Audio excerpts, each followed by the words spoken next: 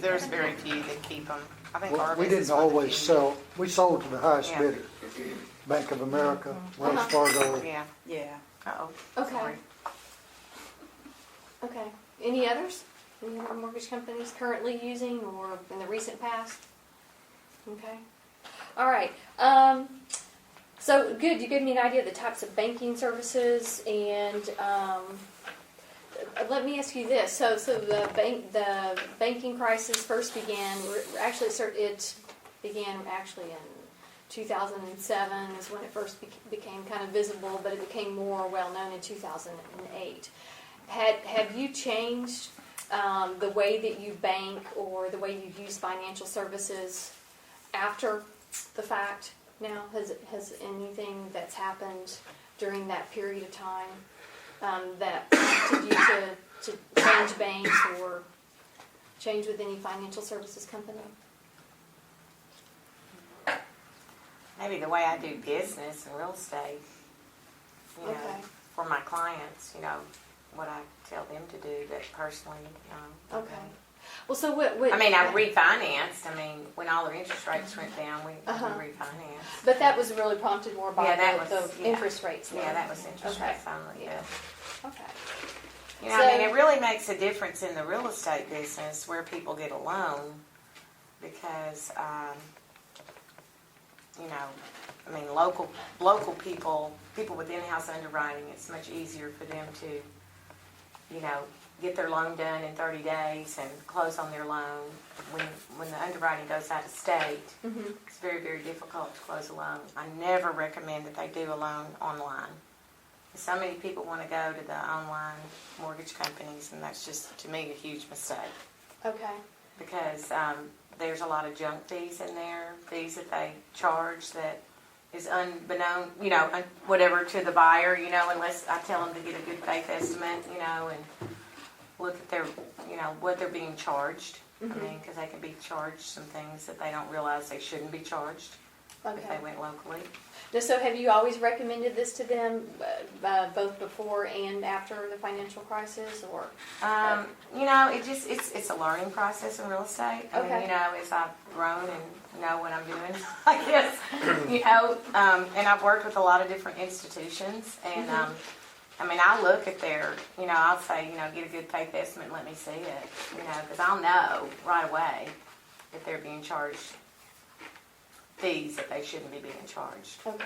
Well, now, does your Because- office facilitate mortgage applications at all for your They clients? did. We used to have a bank, Crowlike. I work for Crowlike Realtors, and we used to have a bank. We don't anymore. We used to have Wells Fargo. They're looking for one right now, but no, I basically, you know, just, you know, I have lenders that, you know, I mean, right now, I mean, people don't have to pay an origination fee if they're bank smart. I mean, if they go to, you know, shop around for mortgages, you know, so, I mean, those are things that, you know, you just learn and you tell your clients, you know, look, and so I can save you, you know, 1% of your, you know, origination fee. I can say, you know, you can save $2,000 or $3,000, whatever size house you're buying, $2,000 or $3,000, and your interest rate is really not that much higher, especially with the interest rates being so low. You know, so you know, I mean, that's just business. You know, Yeah, the way yeah. you. Well, now, is there anything that you've changed, though, since the financial crisis and the way you... Well, I mean, the banking business has changed. The mortgage business changed a ton since the financial crisis. I mean, you know, what they recommend from our buyers that they used to not recommend. I mean, I'm talking about people with, you know, 800 plus credit scores. I mean, they're analyzed just like somebody who has a 650. You know, so I mean, there's just a lot more that they have to do, you know, as a buyer, you know, to get a mortgage. Okay. So, I mean, it's you know, it's a little bit more difficult for mortgages, but not so bad. I mean, they all close, you know, but it just, I saw that 2 years there was really, you know, after, you know, kind of after you went through it, you know, it was kind of like, okay, things are kind of getting back to normal, but it was hard, the change I saw in the bank, you know, in the mortgage business a little bit. Okay. What year was it they offered the, what was it, to first-time home buyers? It was a tax credit. Yeah, Was that 08? $8,000, yeah. Was that Or not- 2008 or 2009? What was it, yeah. Because I don't When did Grant buy his When house? was that? I think your son got I that, think didn't that he? was Oh, no. 2008, 2009. Yeah. Right, it was the later. year, after Kendall, right after they got married, it was that year. I don't remember what year that was. But anyway, I know because they offered that tax credit, and the application process to get a loan at that time was horrible. I mean, it was like they wanted so much stuff from them. I don't know if it's Yeah. because they were first-time home buyers. It wasn't anything like No, it was because before I- 08. I yeah. mean, anybody could get a loan.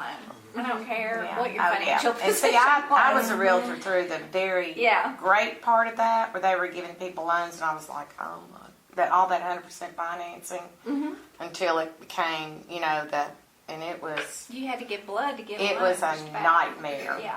When, It took them when forever. and it wasn't Arkansas. That's what was so crazy. Oh, yeah.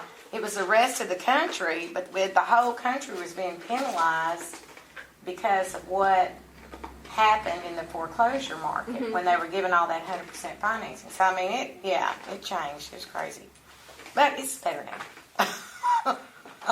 Okay, now, I'm sorry, David, is your recorder working? Well, it seems to be. It says Okay, it for is. some reason mine keeps trying to stop on me. I'm not sure why. That's why we always bring two. A big thing that changed during that period of time, people started looking around and shopping for a rate because the banks had no need for loans. You don't have any need for loans, you don't have a need for money, so you keep dropping your interest rate. And it caused extreme hardships on some people that lived off of their interest. So, It still is. well, it still is low, but Oh, yeah. it caused people to start looking for other Other avenues of avenues, investments. yes. And Absolutely. in most occasions, going into a little more risky adventure. To create a greater return on their. Yeah, I have a client right now that's doing that. I mean, he's making nothing off his I mean, you might investments, get and he a wants half to like flip a house. I'm like, you're 78 years old. I mean, really? Well, But that's what he wants to do. I mean, he's like, I'd rather make 12.5% than You just had to be more 1% or creative, 2% or whatever. more he's making. creative about Yeah. ways to fund, to 0.5%. invest your Or money half better. You're percent, going to get yeah. a better return.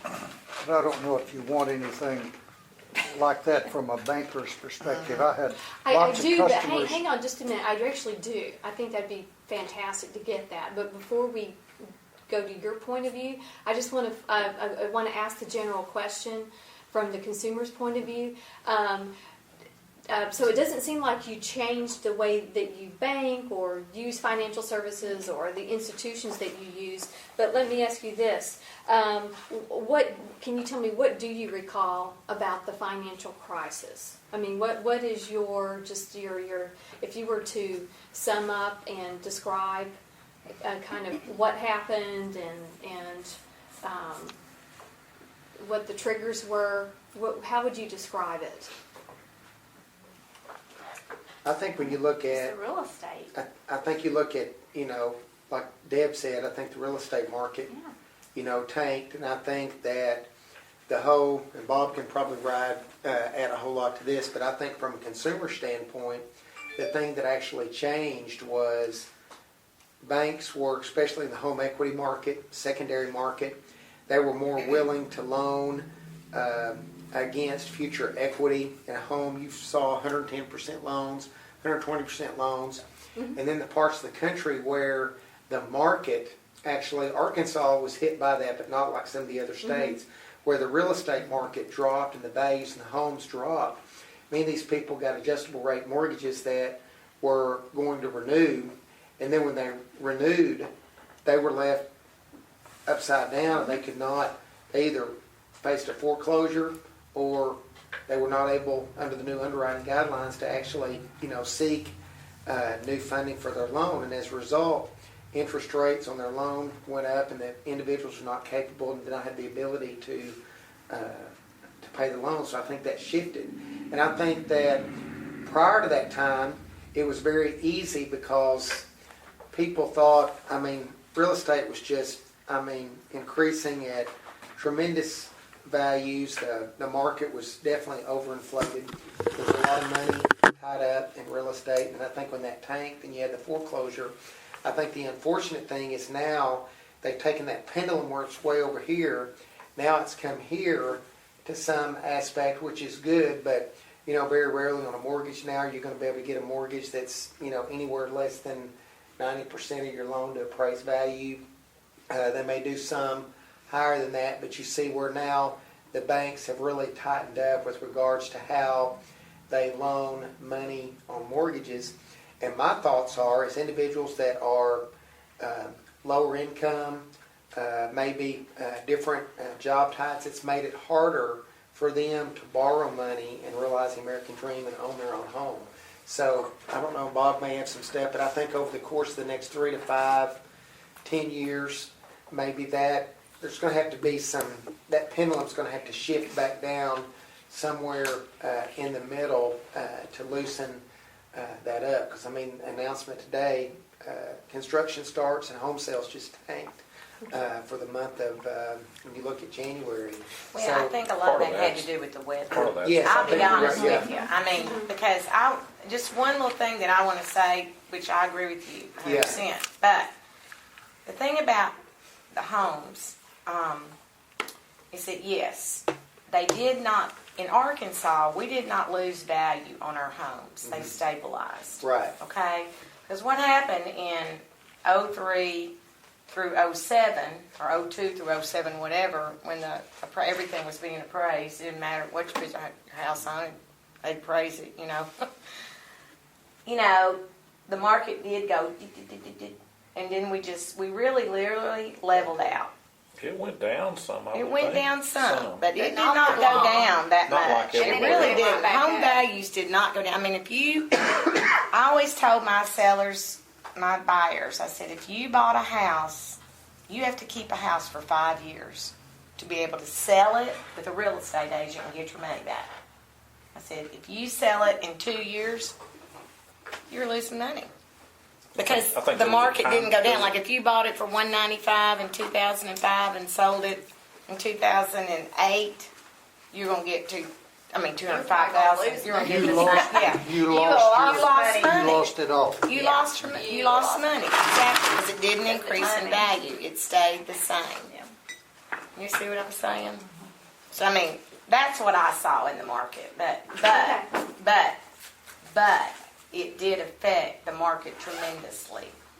That property values didn't keep increasing; they just went down, maybe, or leveled out, or whatever you want to call it. But I never saw. In what I was selling, I never saw a big decrease. I think it affected people in 2 different ways. I think it affected people that maybe were buying their first home or were wanting to get into a bigger home or something. Some of those people it may have given a better opportunity for because they were buying homes. The price had come down on a home that they could afford a bigger home, where prior to that they could not have afforded that home. They were either getting a foreclosed home or a home that the value had Well, just... but a lot of that had to do with the interest rates coming down so much. That too.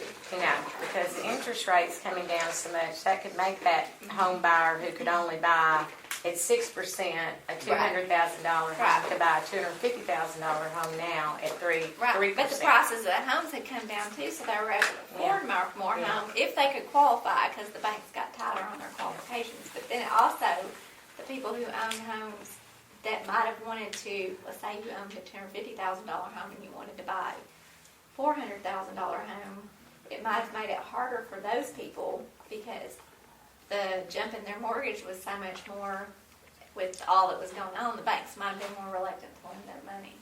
I don't know. Am I right? I think Carol's a little bit off on the houses not going down. They didn't really go down in value, but it was harder to sell a house because the buyer Couldn't get the appraisals mortgage, were yeah. done differently. Right. And they began to tighten up on the appraisals, so it was more difficult to sell a house because of the Yeah, I house agree may with not that, have been yeah. any less, Absolutely. but it was more difficult to Yeah. sell. Yeah. So, Okay. Well, because the houses weren't appraising. That's the truth. and Okay. that in itself Yeah. drove the prices down a little bit. Okay. Yeah. I'm going to ask you in a minute too what you attribute to the crisis. But before I do that, any other points of view on just how you would describe or summarize what happened? I think he's explained a piece of it. I'm just wondering if there's any other points of view on it at all. The derivatives, AIG got burned on that. I think all the big brokers got burned on the derivatives, didn't they? Where they were buying up worthless mortgages. Well, that's huge places. And a lot of it was, Yeah, a lot of it. it wasn't just kind of a funnel that went up. And there were no underwriting at the inception of home loans. Then they were bundling them up and selling them to Fannie Mae, Freddie Mac, and then it got the insurance companies. AIG was the one that got hit real hard, and I think some other companies where they were backing those from an insurance standpoint. And then when it all imploded, it just. And on top of that, I think the economy, jobs. So you have a lot of people who if you don't underwrite a person from a financial standpoint, a lot of people out there were able to get into houses because the government said, Bob, you got to loan her, you got to get her in that house. Well, she's not making enough money to afford it. I don't care, Bob, you've got to do it. And I've heard those stories, not from Bob, but from other people where the government was making a lot of pressure on the banks and loaning institutions to give the 100% loans, the 110% loans. And you need to have skin in the game on anything. You got to underwrite home loans, otherwise a divorce happens and people walk away from it, or you lose your job, you walk away from it. And I think it was just a combination of lack of underwriting, the greed of the big institutions, as well as the collapse of the economy and jobs. It was just a perfect storm, Yeah. seems to me. When one area it affected, because this is what my husband's in, is manufacturing. There was a lot of manufacturing plants that closed down, and because he's in the packaging business, it affected his business pretty hard, pretty bad. Okay. So kind of further on down, the domino effect. Okay, all right. 'Cause, Any other yeah. perspectives or any other consumer points of view? Okay, so Bob, I would like to hear then your take on kind of what happened and who all was involved and. Well, I think David was right. There was a lot of multiple things going on, but the main thing that got all the housing market in trouble, primarily Florida, Arizona, retirement places, is you could buy a home, have it appraised, use an example, $100,000, and you could sit on that for 2 months and get it appraised for $110,000. And you could use that equity, the $10,000, to go buy another house that maybe was $150,000, and then keep it 2 months. The appraisal would go up to $200,000. They'd use that equity, which was false money. I mean, there wasn't any money. It was appraisals. It's like capping mortgages or something. Right. Yeah. And then the mortgage companies got in on the deal because, well, my mortgage company was the most profitable part of my bank, because we would take those mortgages and package them and sell them. And when I sold them, I got paid dearly for those mortgages. So there was lots of contributing factors, and that's just one of the things that we saw happening.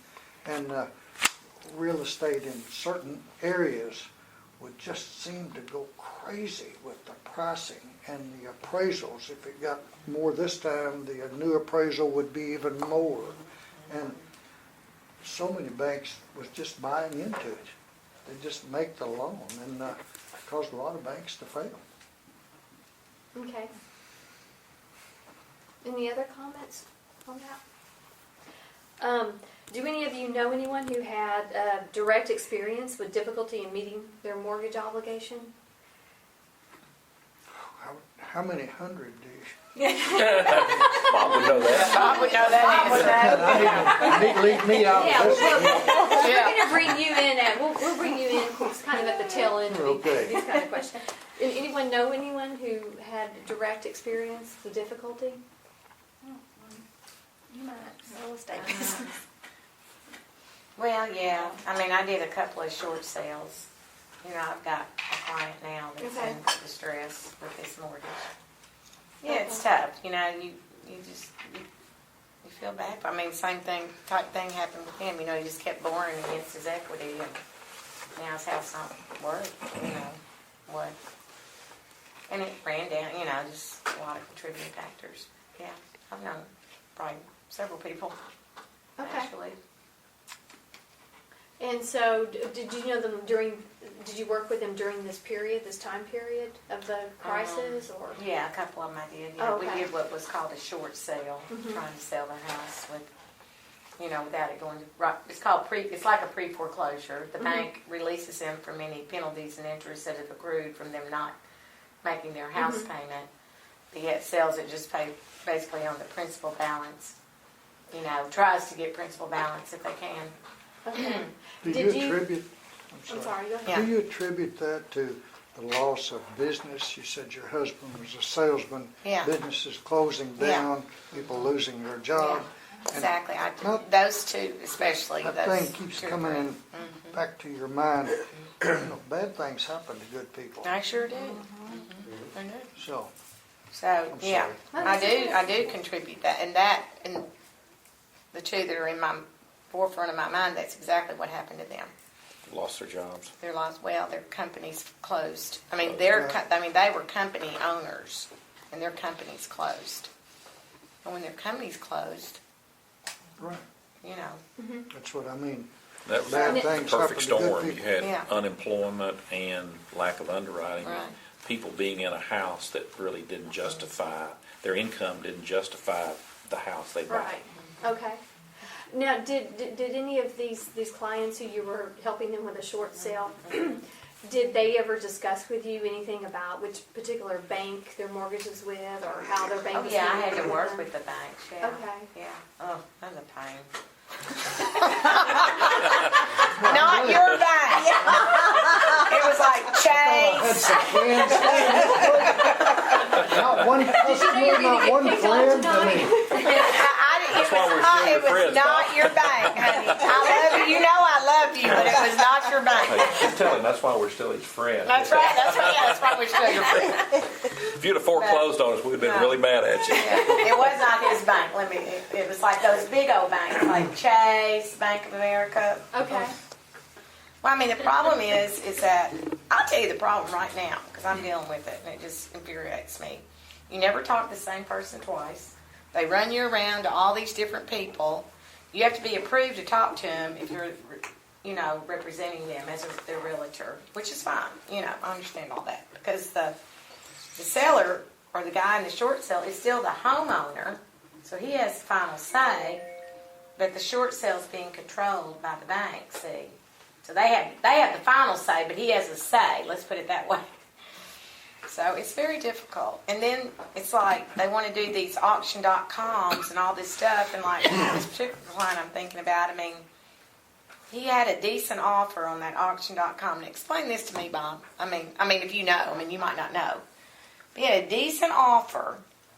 Was within $20,000 of what we had the house listed for, and they wouldn't take it. So they would rather Can you tell see me it exactly go which into bank that was for foreclosure, this one? Chase. Okay. They would rather it go into foreclosure than to take an offer. And they don't even know what this house looks like. And this is what I try to explain to them. The house needs foundation work. The house is got to have all new siding. The house is falling apart. And they were going to get $168,000 for it, and they wouldn't take it. And they were asking 178, 88, 187. 187.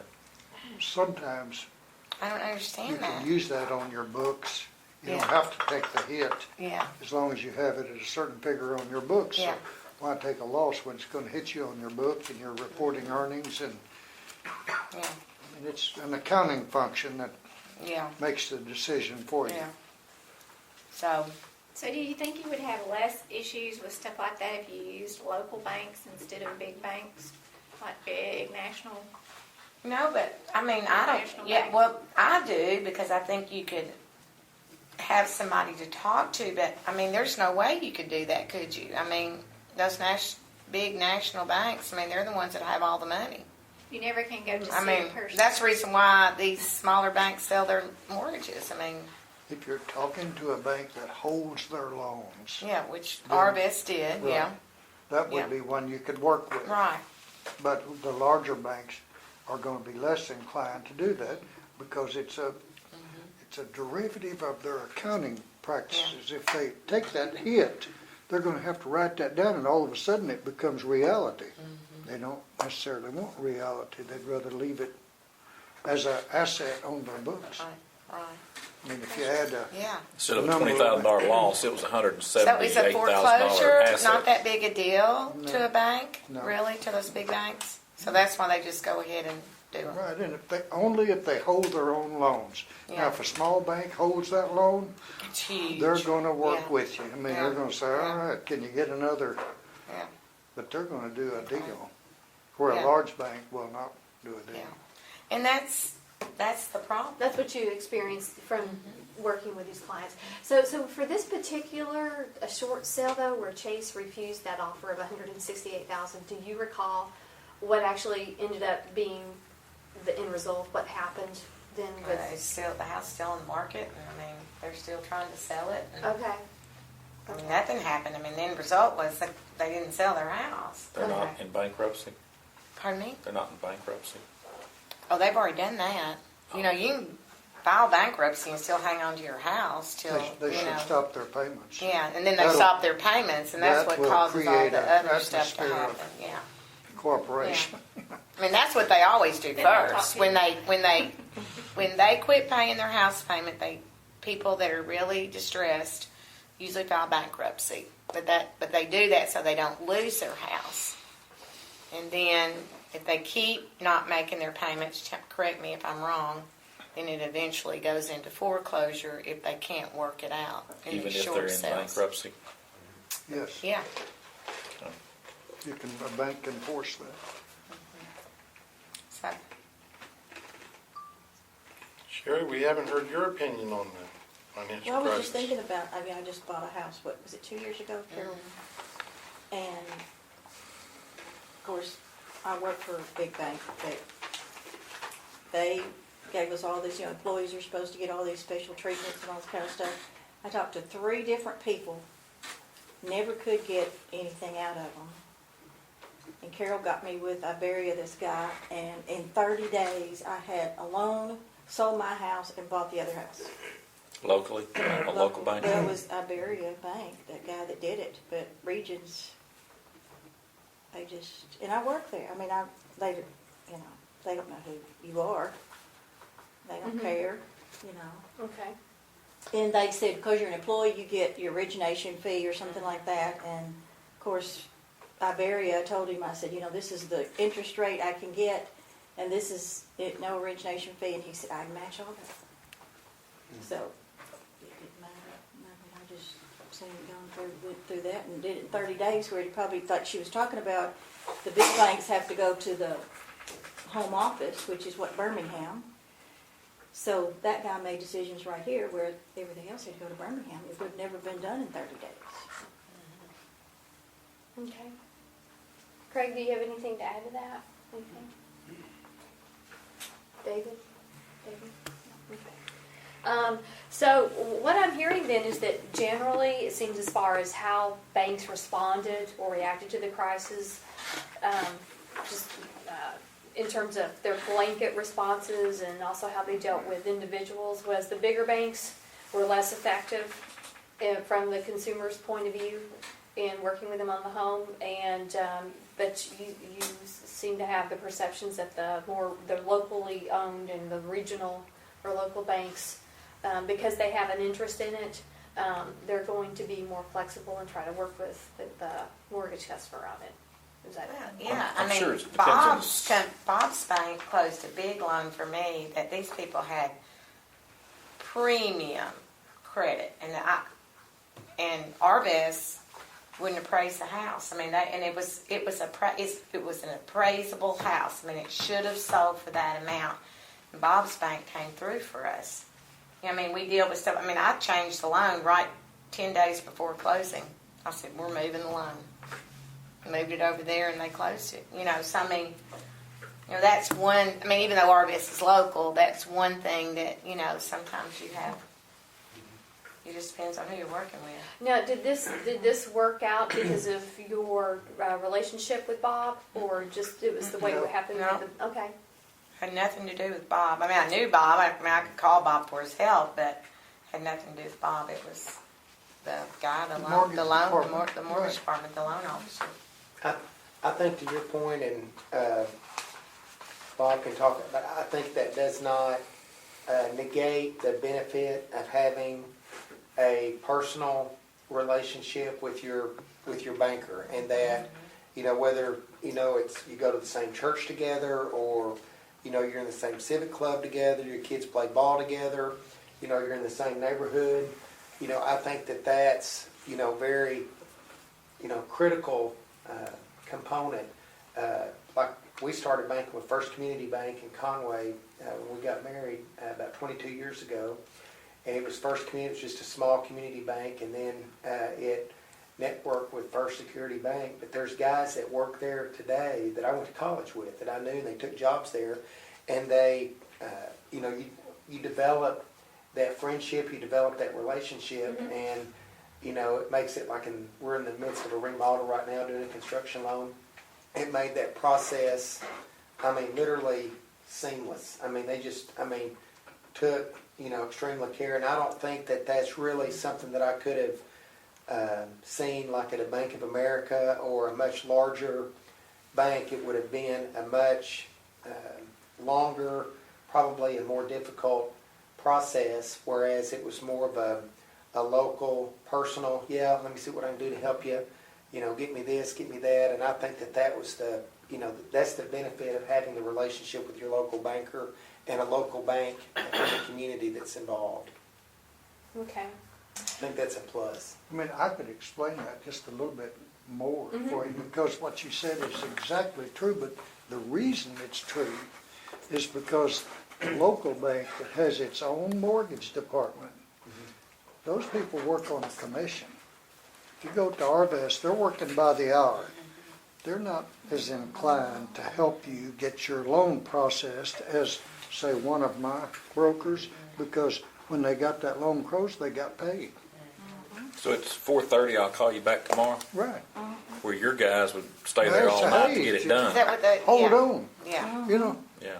That's exactly Yeah. right. they just worked harder at it. I mean, their income was derived That's by like a realtor. the Right. effort you that close they the loan, put you get out to paid. get your That's loan. right. That's Where right. the guy that's gonna get paid a salary and there's no incentive. Right, I mean, you know, bring me another piece of paperwork tomorrow and right. But aren't there a lot of also government restrictions and rules that weren't in effect prior to the collapse? Isn't it a lot harder to push through loans now? oh, well, there are no more restrictions, but it is a little bit more difficult to sell those loans. You better do a good job package them, or they won't be able to sell. And you They get won't prove it. caught with $10 or $20 million worth of loans you can't sell, and I'm telling you, things kind of tighten up. And you said, whoa. Okay. So, any differences in your point of view of maybe how regional or local banks versus the bigger banks, how they are handling? So let's focus now more on after the loan has been approved and the house has been closed on. What about consumers who are still now dealing with some kind of personal hardship, either through job loss or not being able to make house payments? Do you see, has that changed at all in the way that the banks, big or small, are working with the mortgage customer? Or have you just not had, do you not know anybody who's had experiences with that? Okay. Bob, you or Carol probably know that Carol better. probably know that better than me. I have been retired now for almost 2 years, so. Yeah, you know, I haven't seen in the last 2 years much of that. You know, it's people that bought their houses, you know, further back. Mhm. You know, that might be having some problems. I really hadn't seen that much of it. Okay, okay. I mean, I think the interest, I mean, I know I keep going back to interest rates, but the interest rates, as low as they've been the last 2 years, I guess, you know, and the banks with the tightness that they've tightened up, the way they've tightened up, I mean, they've pretty much made sure that if you've gotten a mortgage, you're going to be able to pay it. You know what I mean? I mean, before, did the ratios change or No, something with the lower the rate, the Yeah. lower the rate, the Yeah. tighter the restrictions. Yeah, I mean, you that's right. cannot afford to Yeah. lose money on a On a something they're 3% making a loan. 3% Yeah. loan. It's Yeah. they gotta. Yeah. Where if it's So- a 7 or 8, they can say, hey, you know, we'll lose one here, and gain one here, and Right. but So I Okay. think that's kind of it. Okay, so let's shift gears just a little bit here, and let's just go back to the origination of it actually, you know, it was a global financial crisis, but as far as what was triggered here in the United States, as far as all of the market players, let's say the lenders, the mortgage lenders, the consumers themselves and their purchase decisions, housing developers, Wall Street investment managers, the realtors, who would you say is out of these market players? Who would you say is to blame for this financial crisis back then? And it doesn't have to be one player, but I want to see Say, who. you could probably percentage that out to several, couldn't you? well, Bill Clinton was the first person to say everyone in America should be able to afford a home. And then our government started working towards that. And that's how you got, Where we got to. that's how we got to where we Underwriting requirements were severely loosened. Right. Yeah, that's right. Do what? Anybody could get a loan. Yes. It gets votes, it sounds real good, but if you don't do your underwriting, bad things happen, right? You know, and They certainly let me do. clear this up, I voted for him. Yeah, me too. Yeah. Yeah. Okay, so who else besides Bill Clinton? It probably just trickled down after that. Once the ball starts rolling downhill, it's Yeah. hard for And anybody to stop. It was the greed of It was, the more money there was coming in, the more they wanted, and they saw it was easy to Now, get. who do you mean by they? The big brokerage firm. well, and Okay. the consumer, Look at that guy that stole all those people. What was his name? That's in Madoff. prison. Yeah, Madoff. They Look at him, and look at him. I but the mean, consumer, look how many it was, people he ruined. it was easy for the consumer to get money.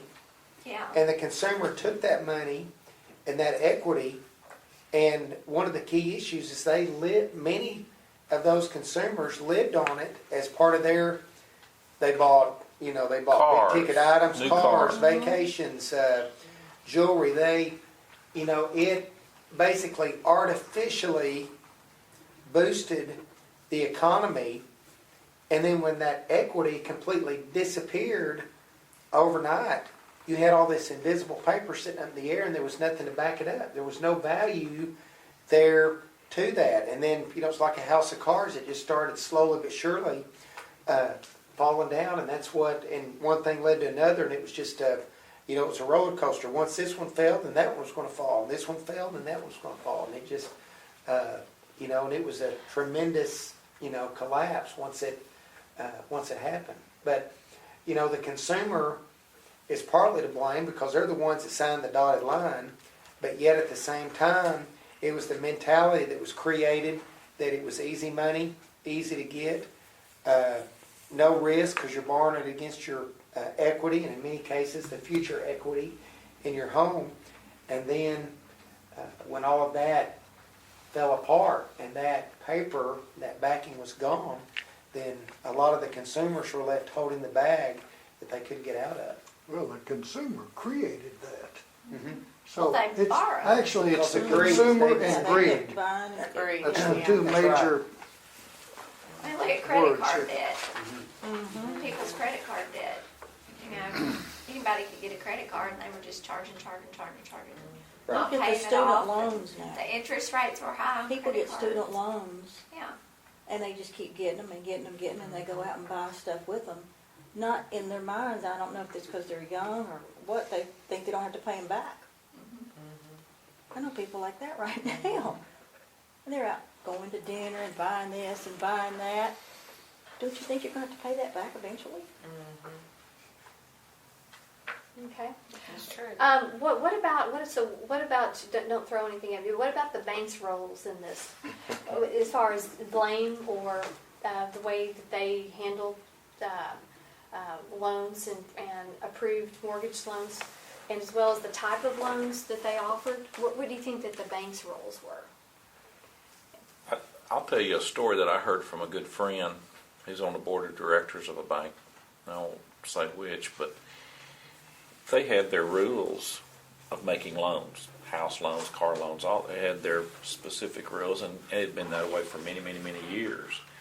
And then the federal government came to them, which, you got to remember, Big Brother has a little influence on all banks. A little, yeah. You know, like 80%. Would that be about right?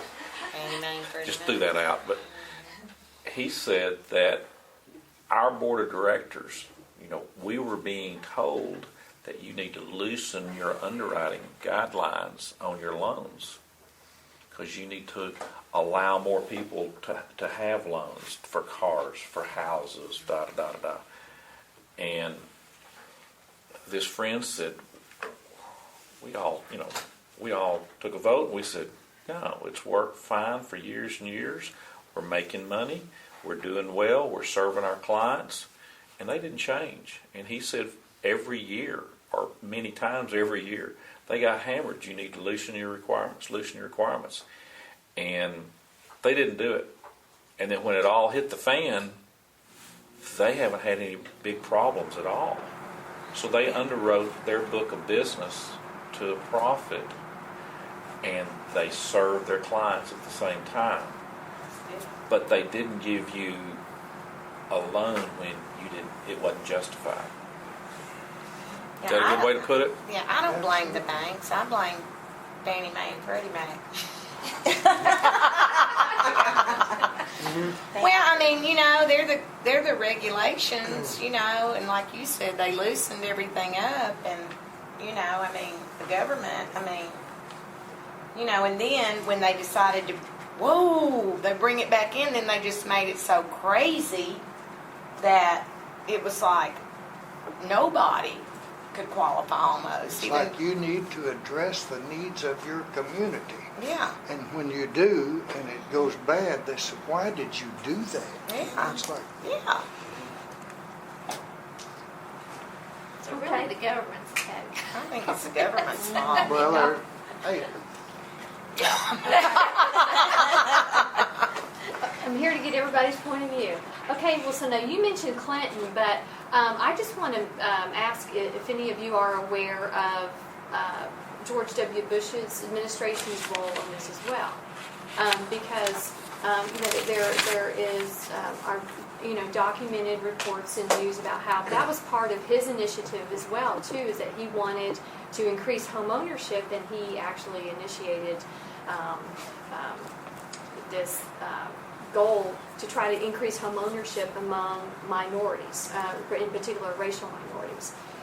So are any of you aware of any of the mortgage services, the types of loans then that became created, such as the interest-only loans, the ARMs that were interest-only, or that perhaps were pick-a-pay, where the consumer could choose how much of a monthly payment they wanted to make based on what they thought they could afford, and oftentimes it was not even, it did not even cover their interest. So while they were making a monthly payment on their pick-a-pay loan, the principal of that mortgage loan was actually increasing. Have any of you heard of that or been aware of that was going on at all? That was actually, let's see, I believe Washington Mutual, as well as New Century which actually went bankrupt in 2007. First and Mutual, they went bankrupt too, didn't they? So actually, Wells Fargo, Ameriquest, and New Century were all accused at targeting minorities with subprime loans, when actually many of them, those individuals, were qualified for prime rate loans as well. And also World Savings Bank in San Francisco created this pick-a-pay loan, which allowed monthly payments that did not cover interest, but they were actually acquired by Wachovia in 2006. So I wanted to see if you had any knowledge about these types of loans that were out there during that time. No? Bob, did you know that any of this was going on? Or? Yes, it's interzonal from the individual banks. Like, we had to loan money, and if we are here, we had to loan so much money here, here, here, and here. So when I did loans over here, I had to make so many loans on Washington Avenue. For the Community Reinvestment Act? Okay. You know, if I was going to make a loan down there, I knew it was going to be bad, but I didn't have a choice. If I was going to stay in banking, I had to comply with regulatory requirements. Okay. And that becomes lack of underwriting. Right. And Carol wouldn't sell anything. You wouldn't sell or couldn't sell?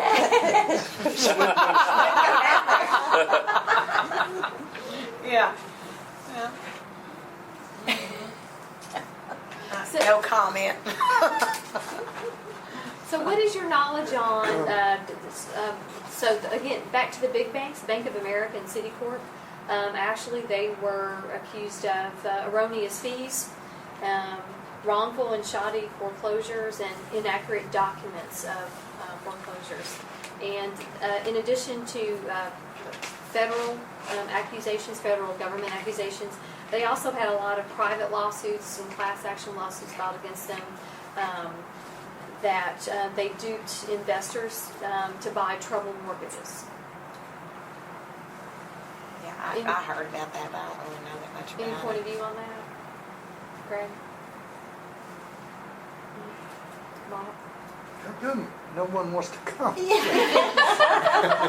You're doing a good job. You are. Did y'all know about that? Did you Yeah, I mean, heard I about heard that? of it. Read about it. Read Yeah, about it was it, in the yeah. papers, definitely. I wasn't involved with it personally with any Oh, no, I of my didn't think you were. clients or I'm anything. sure. I mean, not We personally, heard of but it. I didn't have any clients that I'm aware of that. But it was hitting the fan, and they were all trying to dump it.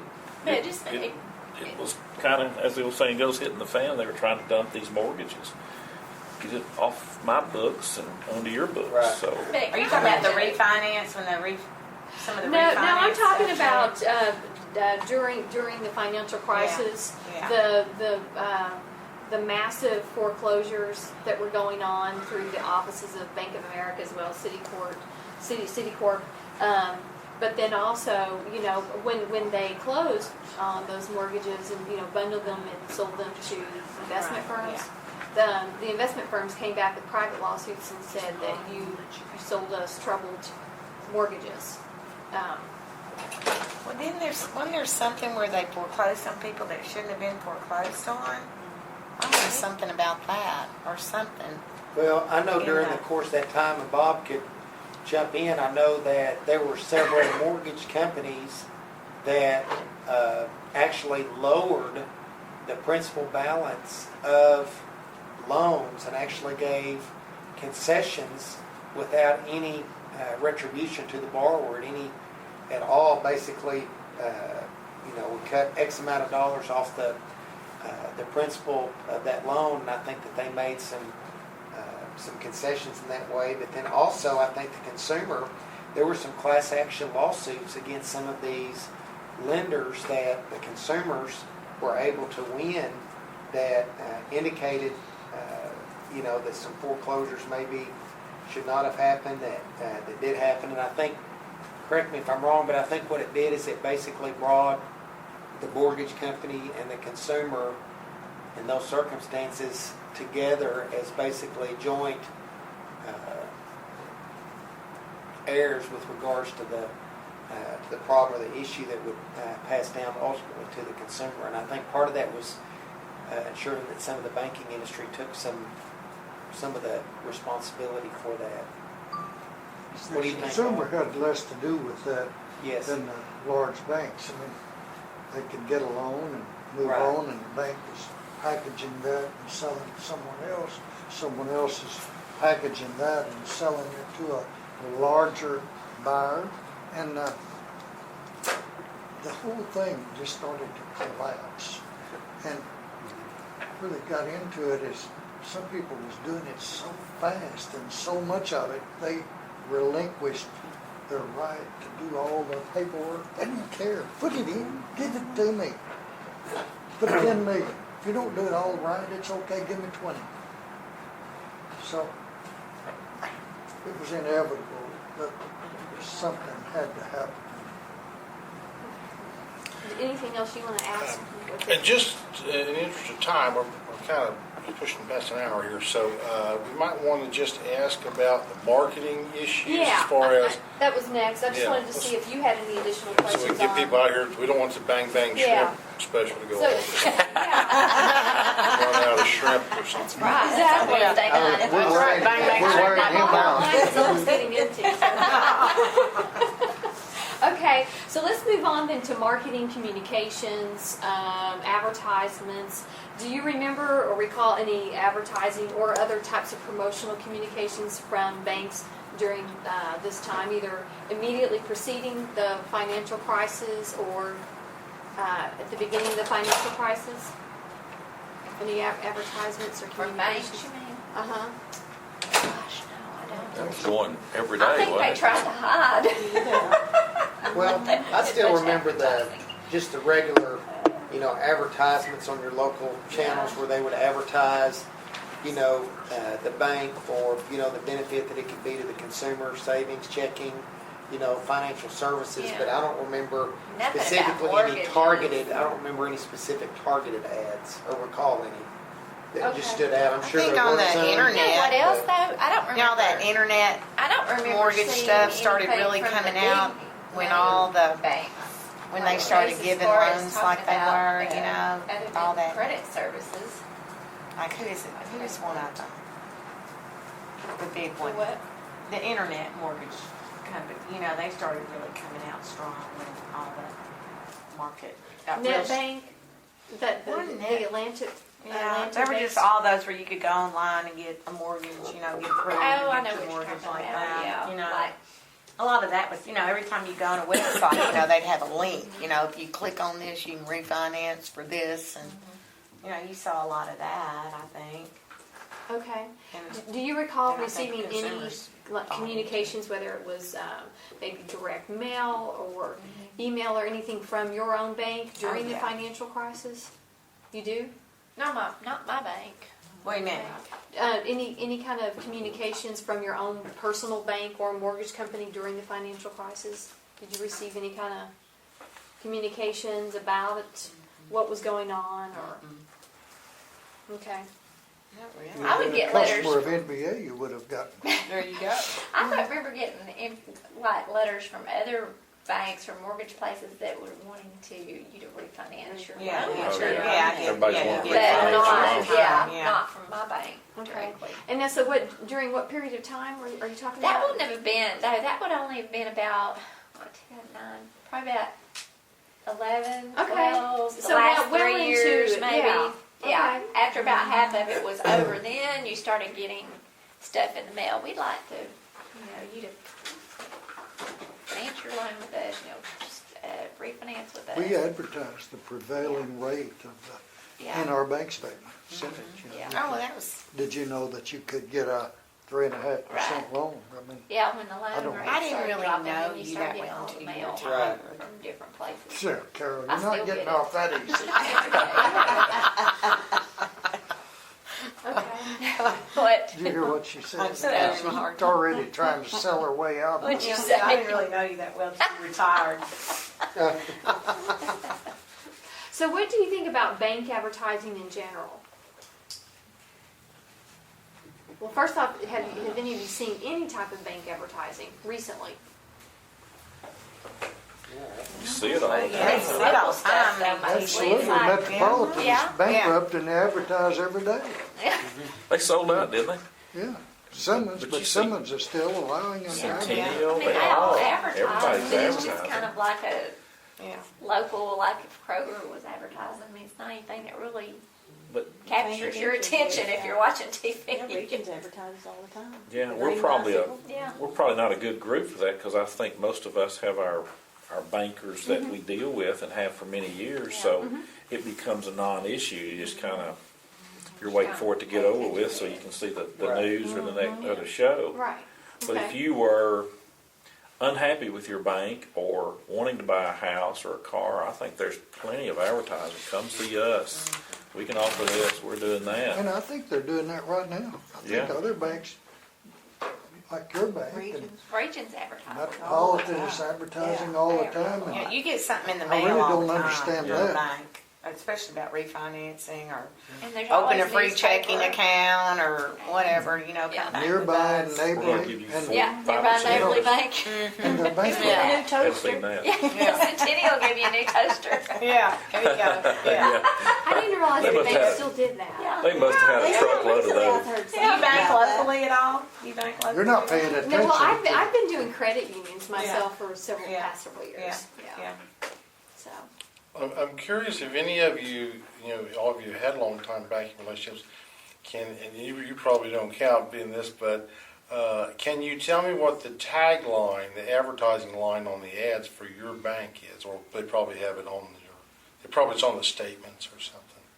They have a 3 or 4 or 5 word slogan or tagline. What's No. Centennials? Neighborly, local and neighborly bank? Isn't that Centennials? No, it's Metropolitan, That's nearby and Metropolitan. neighborly. Yeah. I used to be with Metropolitan. All I know about Regions is the green bicycle. Green's the color. I can tell you what all their Bank of logos America's look red, white, like, and but I don't blue. know what their taglines are. Hundreds of Can I millions of go ahead dollars spent now? on marketing. I was a little bank in the big heart. No one can remember the tagline. They need to have a good Yeah. logo, because that's what I remember. Yeah. Interesting. okay. Well, is there anything else that you would like to tell us about banking or your perspective on banking that we didn't ask, as if we didn't already ask you a lot? Specifically tied to mortgages or banking in general? Just banking in general, the banking industry. Personally, I love banking right now because you can do it all online. You don't have to go to the bank. You don't even have to go to the bank to make a deposit. You might take a picture with your cell phone of your check, deposit your check right on the internet for 50 cents. That's what they charge you for a service fee. I'd spend 50 cents in gas driving to And the I bank. love that you can go up there and make your deposit, without having to go through the teller. Just put it in the ATM and boom, it's in your account. I love that. I used Yeah. to All hate the standing in line at the bank in my banking car. is really Hurry up! And then the person, I'd always get behind the person You that can set like your I don't know bills what they up were to doing, pay, but like, they were all the bills arguing come with the through on bank there. or I don't something. get paper bills anymore. It's all Go through- inside, Yeah, Get your bank, go in.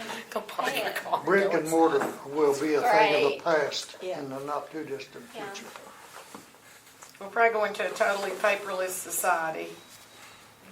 We're even doing that. We've been real going that estate. for quite some time. Yeah, I We're think. closer than most But I people think it's gonna realize. affect Yeah. the banks in the long Oh, run. real estate's because gonna go They're gonna paperless. need less tellers, employees, you know, We're think doing about it. everything like You don't. we do all I of it. can't We tell do you the last time I e-signing went to and the all bank that to now. deposit a check. Yeah, Oh, It's all yeah, I done don't either. online. it's pretty cool. If somebody gives Well, you I love a don't do that, take but picture of everything's it. a lot of deposit most of it. So you don't even have To your to. computer crashes. I mean, I still- And nobody, I don't even write Well, now, checks. Or you get hacked into. yeah, until the computer crisis. Yeah. Power goes out. Well, I think, are we done, David? Anything else you wanted to add or I ask? think that's it. Just Okay, finish the thank snacks you before you so go. much. And it was a bonus to have a banker here too. Oh, we thought that. Retired bank. Yeah.